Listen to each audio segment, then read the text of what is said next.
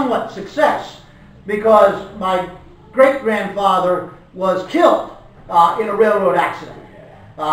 He was in the freight house and the railroad went and killed my great-grandfather Joseph Andrews. My grandfather's mother was a young woman, and she had guts. She sued the railroad. The first time they had ever been sued, and especially by a woman. She got $5,000. About 1900. And with that bought a boarding house. The sidebar to that is my grandfather, as a young boy, was in the courthouse and fell in love with law and became a district attorney because of that. So, but the railroads are not liable.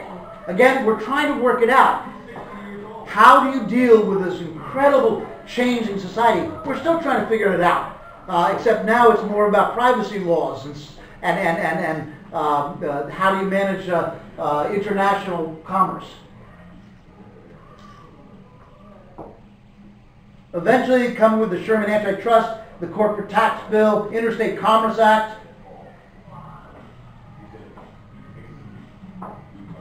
And then you have some major strikes, as I briefly described. Well,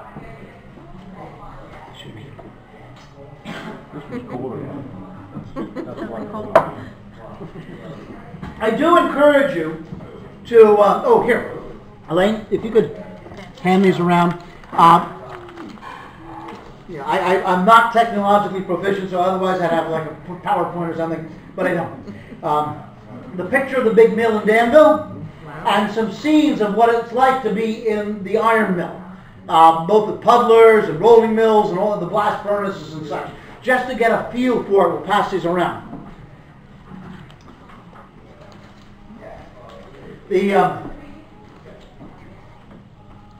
I'm not even going to suppose I know how to do, iron work, but you got blast furnaces, the bloomeries, electrolytic smelting, that's more modern, finery forges, foundries, stamping forges, puddling furnaces. Carl Freiling was telling to me how his uncle would have to, he did the molding with sand, and then they'd also have to do a lot of the sanding off. You seem to know what more of this than I do, so you could tell us.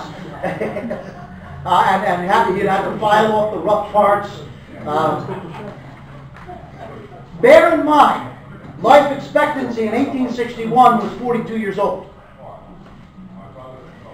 If you made it to 20, you might make it to 60. Today it's 76 at birth. The interesting thing also, as I was going through, and we have several gems. We have the Daniel Montgomery House, and take a tour of it. They have the wonderful displays of all the furnaces, some paintings of furnaces, some location maps of all the big mills and small mills. They also have there a wonderful display of, just as you go in, you turn left, of iron worker clothing and tools and equipment. And our tour guide, I forget her name, I apologize, was very helpful. She said, also, please take note of the hobnail boots. Because they had to be hobnail boots. Because if they weren't hobnail boots, your shoes would melt. That says a lot of what these guys were working in. Wonderful tour, wonderful information, the T-rail and all that sort of stuff. The other gem is the, of course, Thomas Beaver Library. A lot of good books on the history of Danville. And also the Genealogical Society that operates out of there. But in touring and getting some of this information, going back across the papers on the microfilm and all that sort of wonderful good stuff, there's very little about the workers. There's a whole lot about the big names that we're familiar with. The silence about the workers says everything. The little twist was when in July 26, the paper editions, the newspaper is talking about all the scoundrels and these lazy fellows who are causing these insurrections in Danville, demanding bread.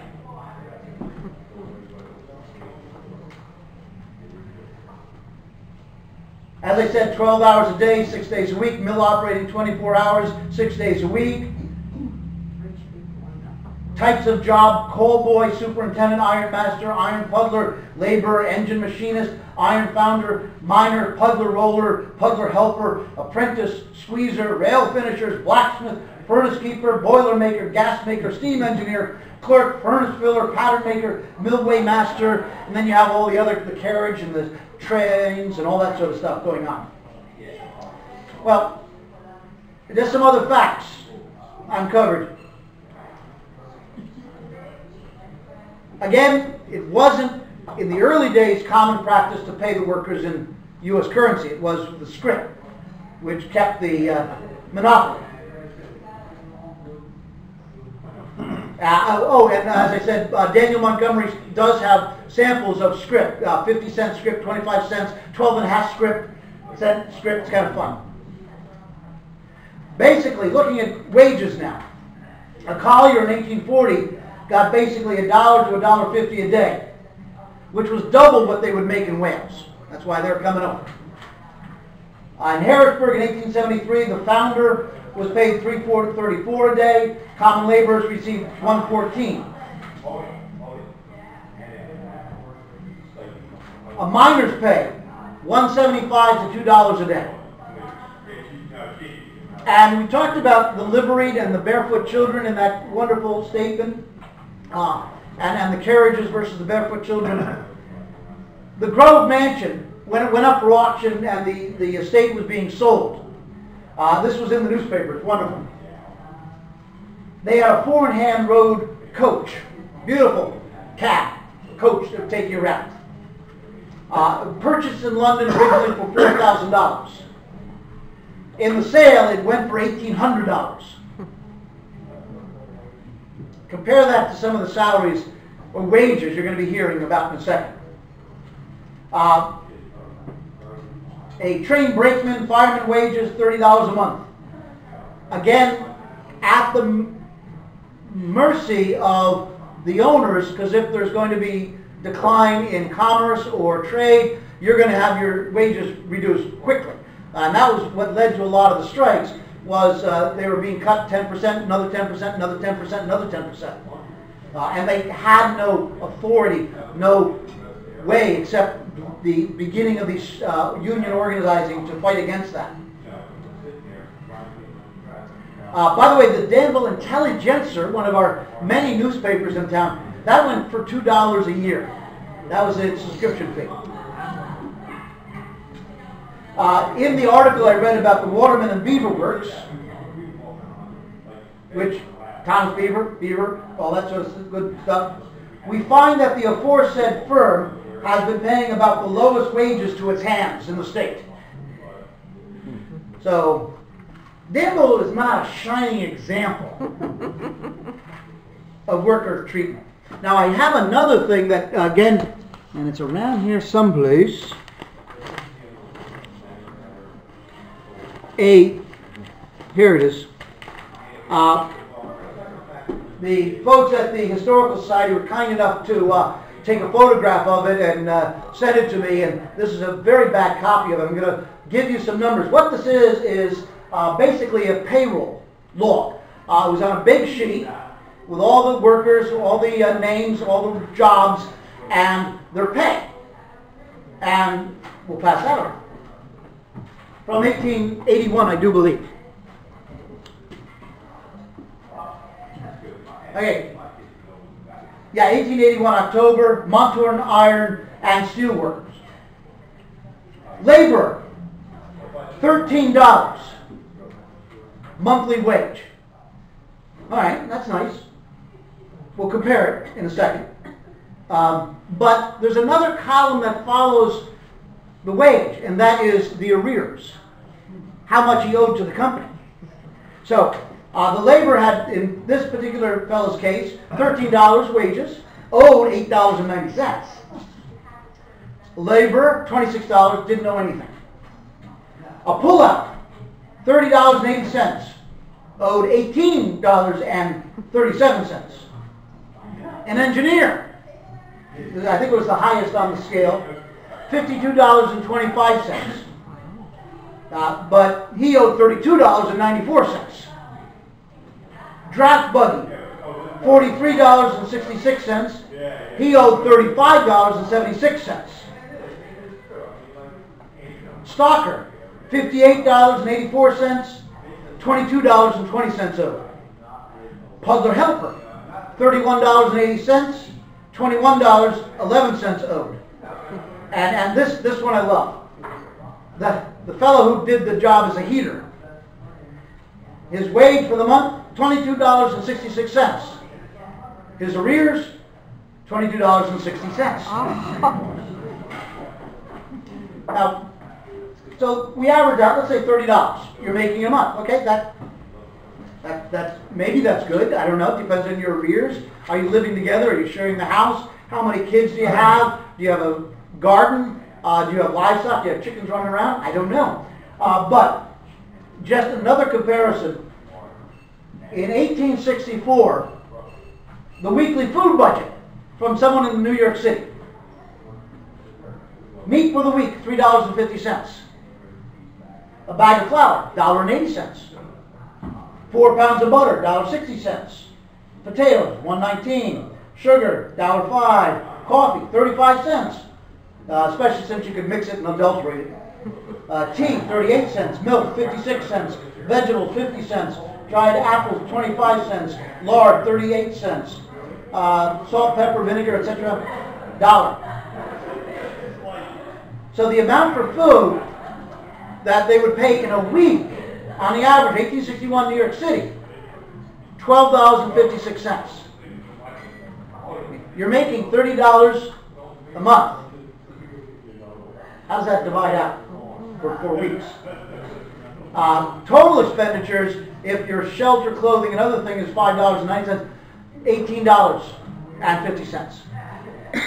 So, can you make it? It's not unlike my first talk in town when I had the joy of being invited by the Senior Citizen Center and talking to a bunch of people at Pine Street Lutheran.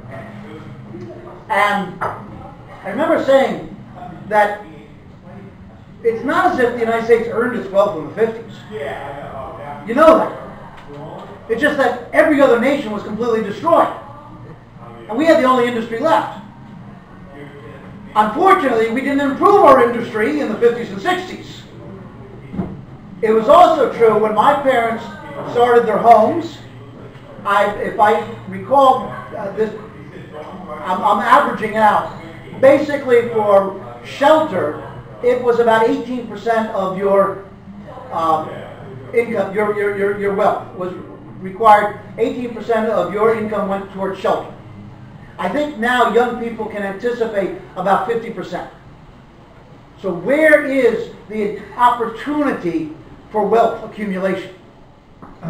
That's part of the struggle. That's what they were experiencing back then. I don't think there's much difference, but you can conclude what you will.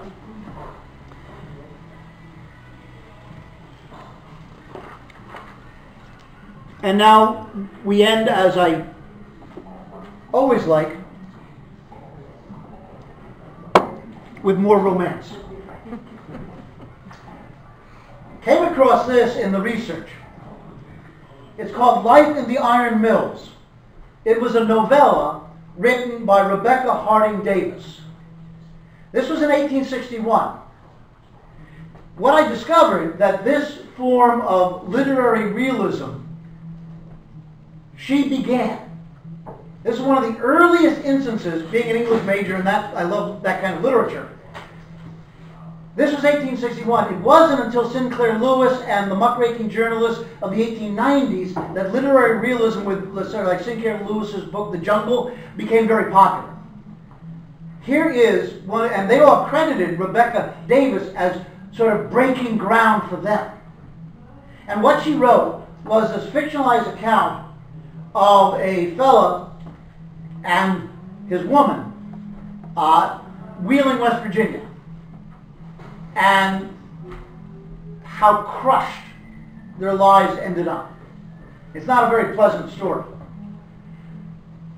Just a few excerpts, if you will. Something of the same idle notion comes to me today. It's written from the narrative of a middle-class woman looking out at the mills. When from the street window I look on the slow stream of human life creeping past, night and morning to the great mills, masses of men with dull, besotted faces bent to the ground, sharpened here and there by pain or cunning, skin and muscle and flesh begrimed by smoke and ashes, stooping all night over boiling cauldrons of metal, layered by day in the grease and soot, vileness for soul and body. What do you make of a case like that, amateur psychologist? You called it an altogether serious thing to be alive. To these men, it is a drunken jest, a joke. Horrible to angels, perhaps. To them, commonplace enough. The heroine of the story, if you will. Deborah groped her way into the cellar, and after considerable stumbling, kindled a match and lit a tallow dip that sent a yellow glimmer over the room. It was low, damp, the earthen floor covered with a green slimy moss, a fetid air smothering the breath. Old Wolf lay asleep on a heap of straw, wrapped in a torn horse blanket. He was a pale, meek little man with a white face and red rabbit eyes. The woman Deborah was like him, only her face was even more ghastly, her lips bluer, her eyes more watery. She wore a faded cotton gown and slouching bonnet. When she walked, one could see that she was deformed, almost a hunchback. She trod softly so as not to awaken him and went through into the room beyond. There she found, by the half-extinguished fire, an iron saucepan filled with cold boiled potatoes, which she put upon a broken chair with a pint cup of ale. Placing the old candlestick beside the dainty repast, she untied her bonnet, which hung limp and